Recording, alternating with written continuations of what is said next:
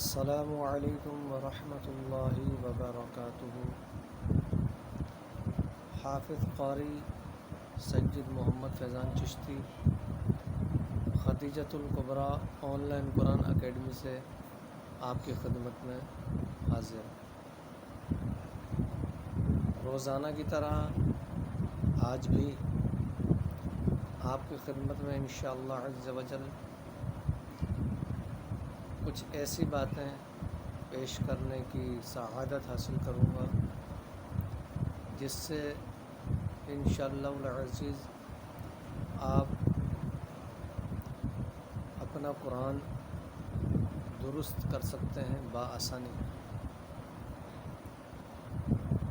تو کل میں نے آپ کو اپنی پچھلی ویڈیو کے اندر قرآن پاک کی تجوید سے متعلق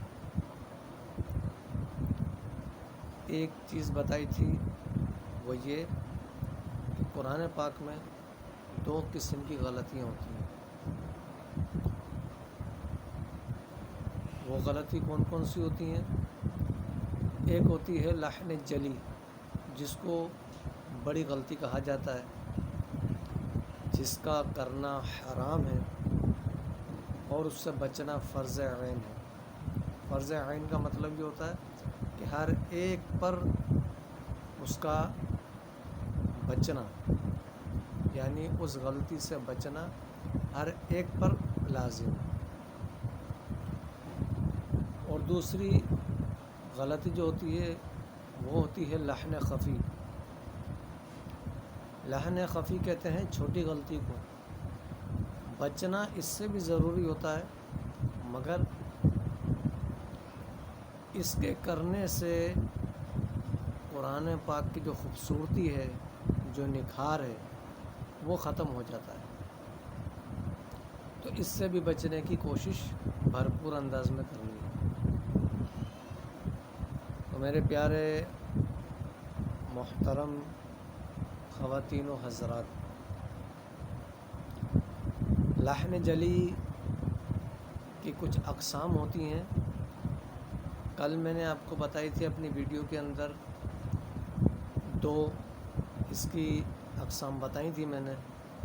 نمبر ایک یہ بتایا تھا میں نے آپ کو کہ حرف کو حرف سے تبدیل کر دینا، اور اس کی میں نے آپ کو مثال اس انداز میں دی تھی کہ جیسے قل هو اللہ احد ہے، آپ نے اس قل کو باریک پڑھ دیا، یعنی اس میں جو قاف ہے وہ نقطے والا قاف ہے، جس کے معنی ہوتے ہیں تم فرماؤ یا تم کہو، یہ معنی ہوتے ہیں اس کے۔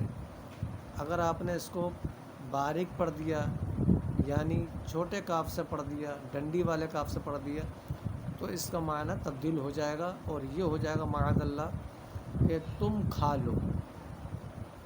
اب قل هو اللہ احد کا مطلب ہے تم فرماؤ، وہ اللہ ایک ہے، تو اس کا معنی پھر تبدیل ہو جائے گا تم کھا لو، وہ اللہ ایک ہے، معاذ اللہ۔ تو یہ ایک غلطی ہو گئی، یہ ایک قسم ہو گئی لحن جلی کی کہ حرف کو حرف سے بدلنا۔ دوسری جو قسم ہے اس کی، وہ بھی میں نے آپ کو عرض کی تھی، اس کو کہتے ہیں حرکت کو حرکت سے بدل دینا، یعنی کہ انعمت علیہم۔ اس کی مثال میں نے آپ کو دی تھی سورہ فاتحہ کے اندر کہ صراط الذین انعمت علیہم، ہم کو راستہ چلا ان کا جن پر تو نے انعام کیا۔ اب اگر ہم نے اس کو انعمت پڑھ دیا، یعنی زبر کی جگہ پیش پڑھ دیا، تو اس کا معنی تبدیل ہو جائے گا، اور اس کا مطلب یہ ہو جائے گا، ترجمہ یہ ہو جائے گا کہ ہم کو سیدھا راستہ چلا، ہم کو ان کا راستہ چلا جن پر میں نے انعام کیا۔ یہ معاذ اللہ کفر ہو جائے گا، اور اگر نماز میں اس طرح پڑھو تو آپ کی نماز بھی فاسد ہو جائے گی، یعنی ٹوٹ جائے گی۔ تو پیارے اور محترم خواتین و حضرات، یہ تھیں دو اقسام۔ آج میں آپ کی خدمت میں تیسری قسم پیش کرنے جا رہا ہوں، اور وہ یہ ہے لحن جلی میں ایک قسم یہ بھی ہوتی ہے کہ حرف کو گھٹا دینا یا بڑھا دینا۔ اب گھٹانا اور بڑھانا کیسے، اس کا کیا مطلب ہے؟ اب دیکھیے قرآن پاک میں زبر، زیر اور پیش یہ 3 حرکات ہوتی ہیں، ان کو حرکات کہا جاتا ہے تجوید کے اصطلاح کے اندر۔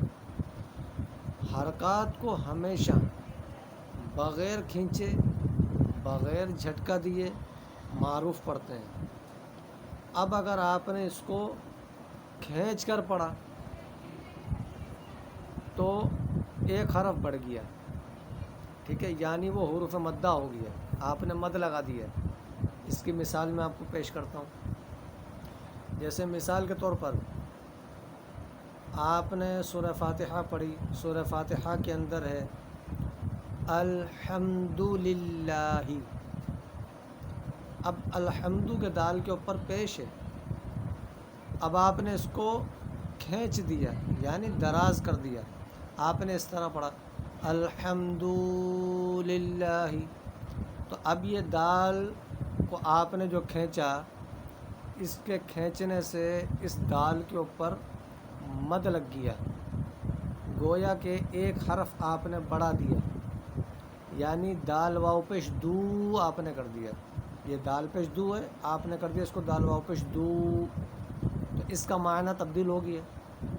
یہ بھی لحن جلی ہے، ٹھیک ہے، اس سے بچنا آپ پر لازم ہے۔ یہ تو تھا گھٹانا اور بڑھانا۔ اب گھٹانا کیسے ہوتا ہے، کیونکہ وہ بھی لحن جلی ہے۔ مثال کے طور پر اس کی بھی میں آپ کو سورہ فاتحہ میں مثال دوں گا، کیونکہ یہ آسان ہوتا ہے، یہ ہر بندہ پڑھتا بھی ہے اور سمجھنے میں بھی آپ کو آسانی رہے گی۔ جیسے مثال کے طور پر لفظ ہے ایاک، یا الف زبر یا، اس کو کھینچنا ہے۔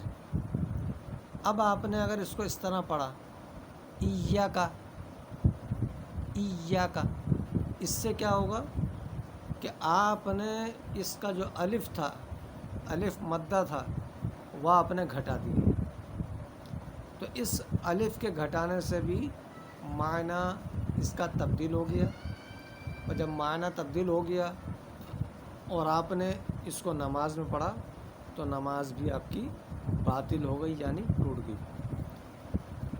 تو پیارے خواتین و حضرات،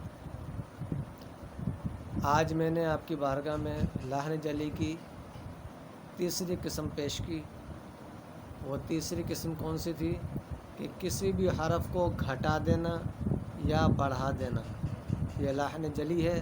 اور لحن جلی کا حکم آپ کو میں نے عرض کیا ہے کہ لحن جلی کرنا یہ حرام ہے، سخت حرام ہے، اور کئی جگہوں پر اس کے کرنے سے نماز فاسد ہو جاتی ہے، باطل ہو جاتی ہے، اس نماز کا پڑھنا واجب الاعادہ ہو جاتا ہے، یعنی اس نماز کو دوبارہ پڑھنا یہ واجب ہو جاتا ہے۔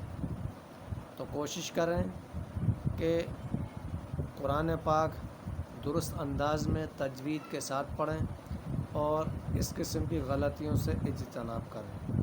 اللہ تبارک و تعالی آپ کو اور مجھے صحیح معنوں میں قرآن پاک پڑھنے کی، سننے کی، اس کو سمجھنے کی توفیق مرحمت فرمائے۔ آمین بجاہ النبی الامین صلی اللہ تعالی علیہ وآلہ وسلم۔ آخر میں ایک بار پھر میں آپ کی خدمت میں عرض کرتا چلوں کہ Khadijah al-Kubra online Quran academy 24 hours دین اسلام کی خدمت کے لیے کوشاں ہیں۔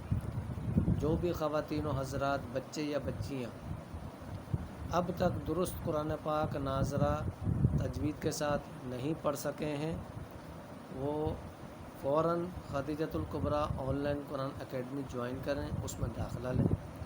ہمارے پیج کو لائک کرتے رہیں، شیئر کرتے رہیں۔ اللہ تعالی آپ کا اور ہمارا حامی و ناصر ہو۔